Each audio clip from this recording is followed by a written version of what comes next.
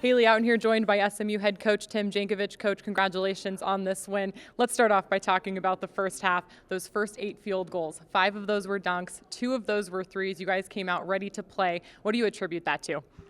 Attribute that to some good offense and some really bad defense early, but we were in a good rhythm. We were in kind of sharing the ball and finding each other and confident and all the things you hope to start the game. Thought we were a little sleepy on defense in the first 5-6 minutes, but seemed to wake up and played a great first half.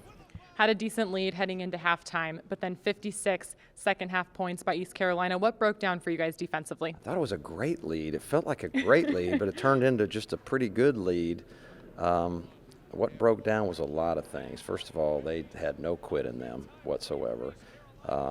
And I thought we got a little sloppy, a little complacent, a little bit overconfident. And I say that cannot take away from the way East Carolina played the second half. They were amazing. And then what really broke down is they made every shot.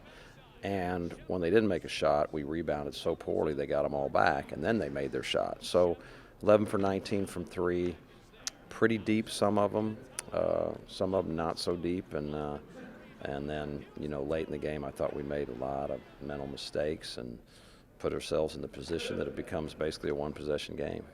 Shemi came up with some pretty clutch points there at the end of the game. Named the player of the year yesterday, but he had a career night for him tonight.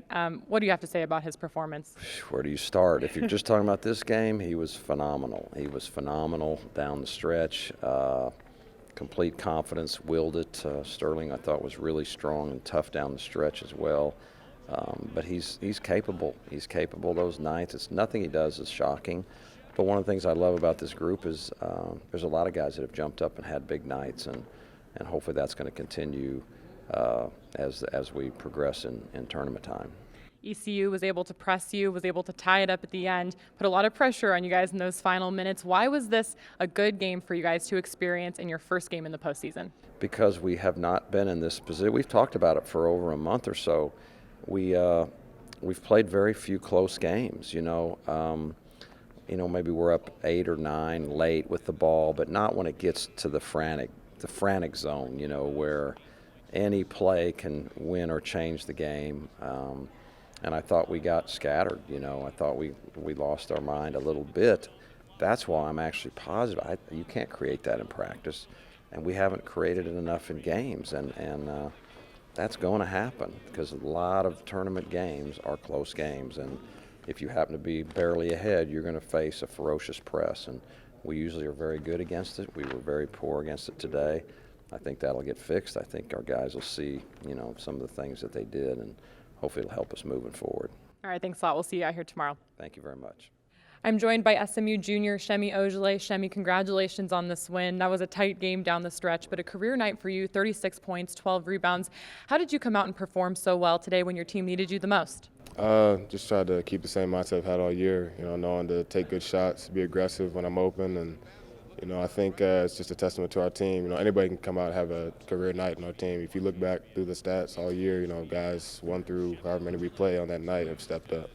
You had a pretty decent lead heading into halftime. In the second half, this team faced some adversity. Watching you out in the court, you definitely have a voice out there and a leadership presence. What did you do to keep the guys around you just calm and focused in those final minutes? Just trying to tell them to remember what we've been doing all year. Game after game, we've been in tight situations. We've been down, a couple of games here in the past, and just sticking to our principles is what I was trying to remind the guys to do. This is your first time in the postseason, at least in a while, and getting some experience here. Why do you think this game was important for you in terms of the run that you hope to make in March? Every game is important. Obviously, if you lose, you go home. But I think with this group, we're really tight, but we haven't been in a postseason situation. The last time we played, we lost. So it's good for us to be battle tested and to get this under our belt.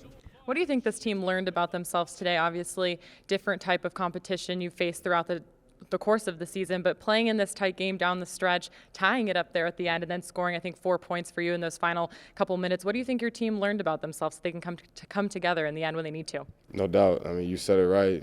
Us coming together, realizing that we can trust each other, that everybody's going to take care of their jobs is good. We're going to be under a tight situation here in the future, and looking back on this, remembering this is going to help us, push through that. All right. Well, thanks a lot, and we'll see you out here tomorrow. Thank you.